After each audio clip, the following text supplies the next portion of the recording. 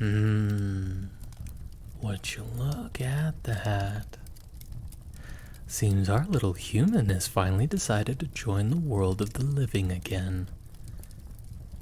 Did you find your strength again, dearie? It must have been quite an eventful night for you after all. Tell me, does your leg still feel sore? Surely it must hurt. Or perhaps you're more concerned with your neck. A bit of bruising is always to be expected, besides the puncture marks, of course. I recommend you get used to that feeling. Though, humans have never had a reputation for particularly high pain tolerance. Perhaps I ought to be a bit more considerate of how fragile your kind's bodies are. And your minds on top of that. I wouldn't be surprised if you felt a bit disoriented, considering you've been unconscious for quite a while. Oh, please, there's no need to be scared. I don't bite without a reason. I wouldn't say no to another sip of your blood, of course, but it'd be no fun to overdo it when we've just started. I'd rather save some of the anticipation, the excitement. Don't you agree that there's a certain magic in having to wait? It makes the experience so much more enjoyable. Imagine a child on Christmas Eve who simply can't wait to finally open their presents. All the wrapping paper, colorful bows, the warm lights. As tempting as it may be to tear the paper off right then and there, it's much more rewarding to wait for the right time. Much the same is true for me right now, except unlike some children, I'd hate to break my new toy so soon. After all, I consider you to be a rare gem, dearie. Not only did you find your way onto my territory, into my trap, you also taste heavenly. The delicate flavors complement each other so perfectly, like an expensive wine.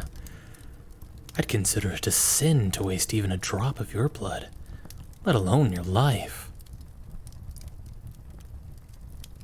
Trust me, you have no idea how delicious you taste to me, after I've had to feed on animals for such a long time.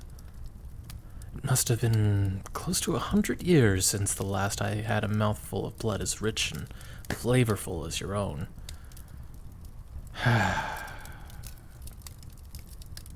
Most likely you think I'm some ruthless monster who lusts for death and destruction.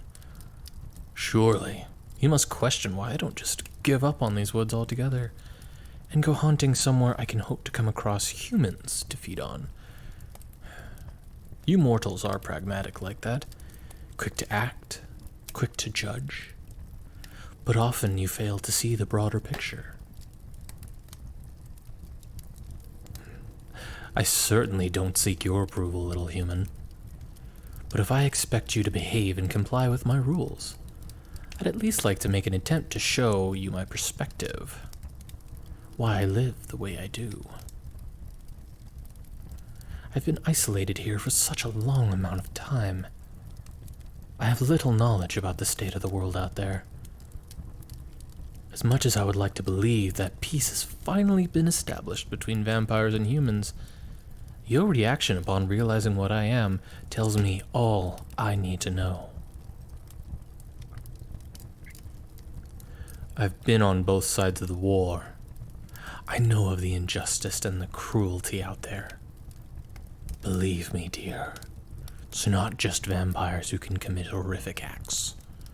It's all of us. I've denied you my life story before, when it was clear you were merely trying to manipulate me. But there is a time and place for reminiscing, and I believe it'll help you understand that I am no monster.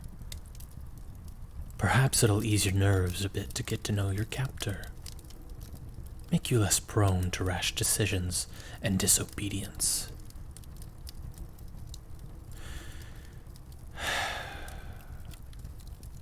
If I'm not mistaken, I've mentioned my mother to you before, haven't I? It was just me and her back then. When I was still human, I mean. An innocent child. We lived in a small house near the edge of the village, close by a little stream. We didn't own much, but we were a family. And the rich garden my mother tended to on the daily always put enough food on our plates. And I spent my days climbing trees and chasing small animals. It was the only time in my life I've ever felt truly content. Even now, as I've lived for so many years, the carnal pleasure of drinking someone's warm, velvety blood doesn't come anywhere close to the joy I felt simply smelling the flowers or tasting the first sweet fruits of the season. My mother was a wise woman. She always knew just what to do. The townsfolk respected her knowledge of the healing powers of all sorts of herbs. The ones who couldn't afford to call for a doctor often came to us, with whatever ailments were plaguing them. More often than not, my mother was able to help. You'd think someone as kind and generous as her would surely earn the favor and gratitude of their peers.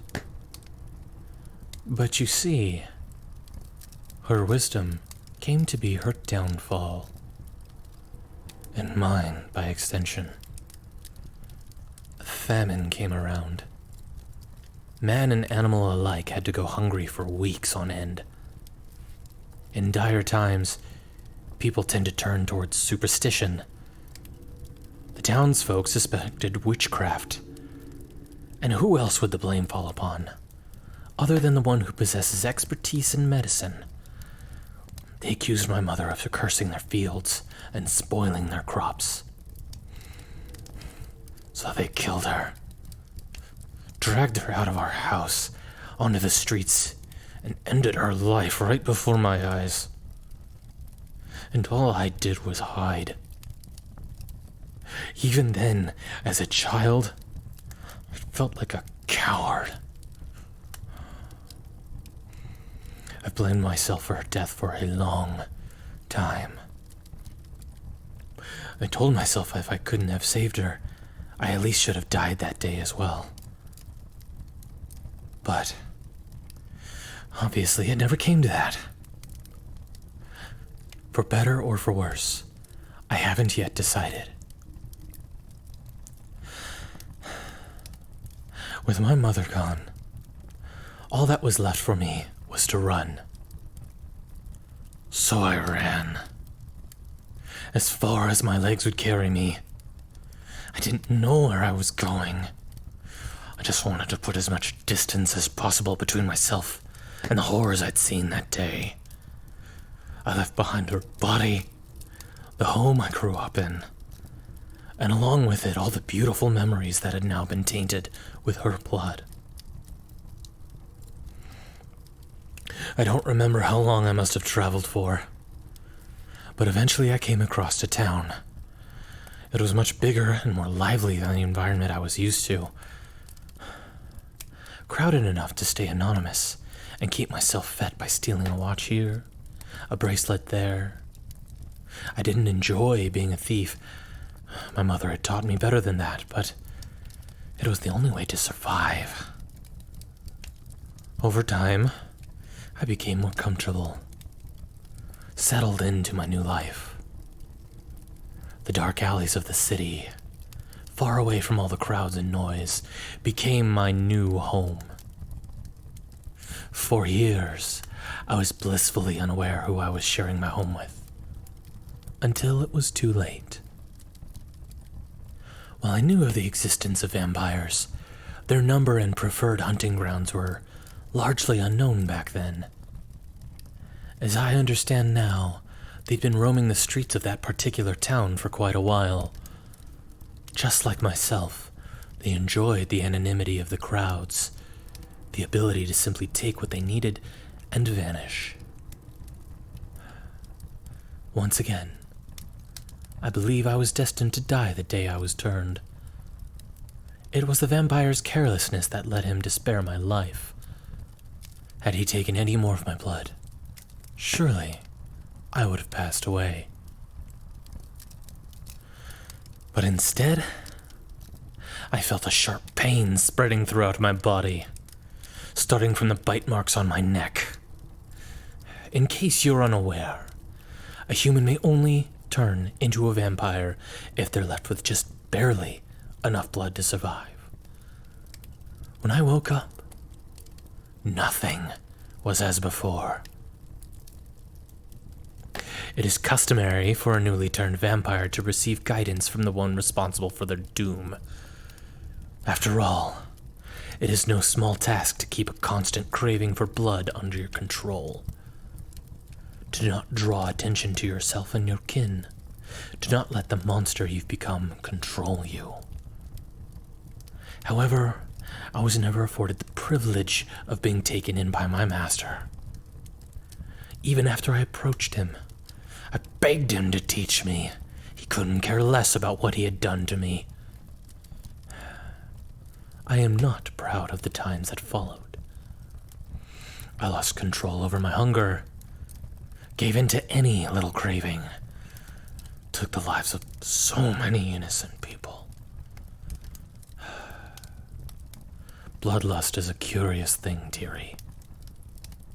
Not only does it make you lose control in the moment, it is also an excellent excuse to justify your actions, to drown out any feelings of guilt that might arise when you hold yet another lifeless body in your arms. I lived like that for a long time,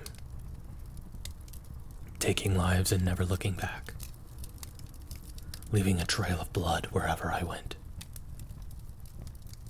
I was convinced I had a right to alter the lives of so many mortals, simply because of the injustice I had to endure on my own. As I know now, I was gravely mistaken. Surely you must wonder what could have possibly changed me. What could have possibly convinced a bloodthirsty monster to live deep inside of a forest almost as dangerous as itself? Even thinking about that night stirs up emotions vampires should be incapable of. I don't remember much of how the night began. The bloodlust drowned out any sensation but the rich, downy blood I felt on my tongue. Suddenly, the crimson-red fog in my head lifted, and I found myself locking eyes with a small boy cowering in the bushes, my fangs still buried deeply in the flesh of the man before me. The way he was shivering, the look of pure desperation in his eyes, it brought back some of the sanity I thought I had lost forever.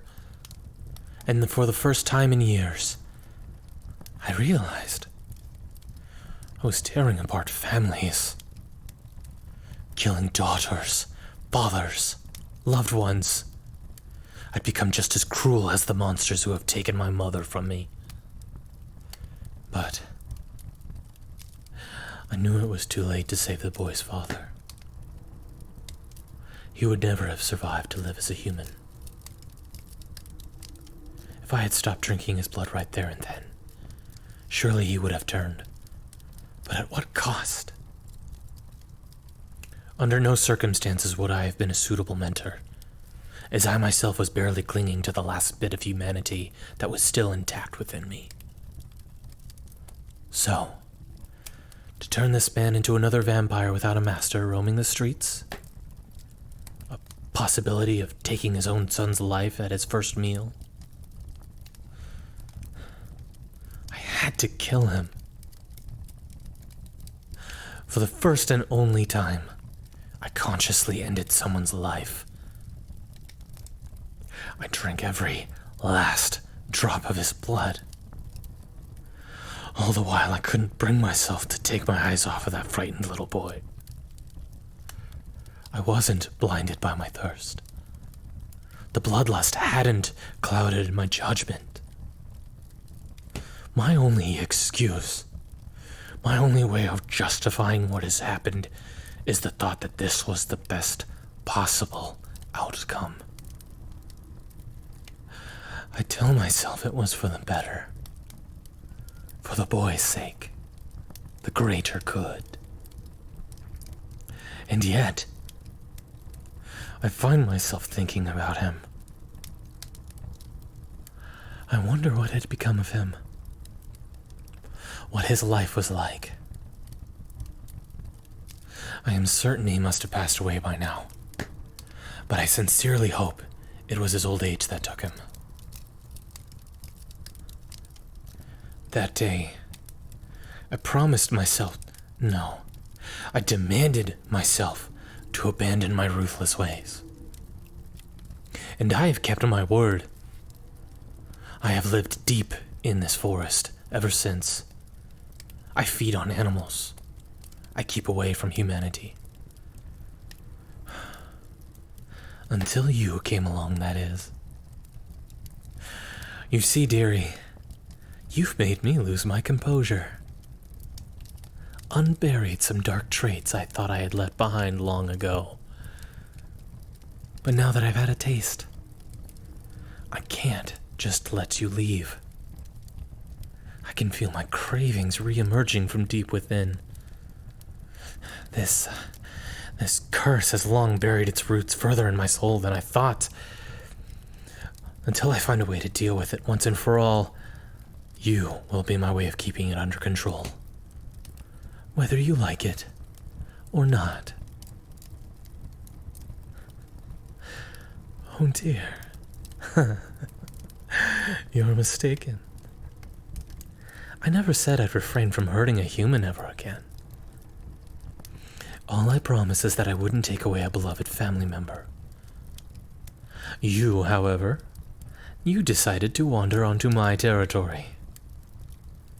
If I don't keep you here, surely you will die by the hands of a creature within these woods. You see, I'm not taking you away from anyone. You were the one who's done this to yourself. Oh, but there's no need to worry. You may be mine now, but I do intend on treating you with the bare minimum of dignity a sentient being deserves. Fortunately for you, that means I won't take your blood again today. I will return shortly. I do believe I hear something struggling in one of my traps. Let's hope it's not one of your friends, dearie.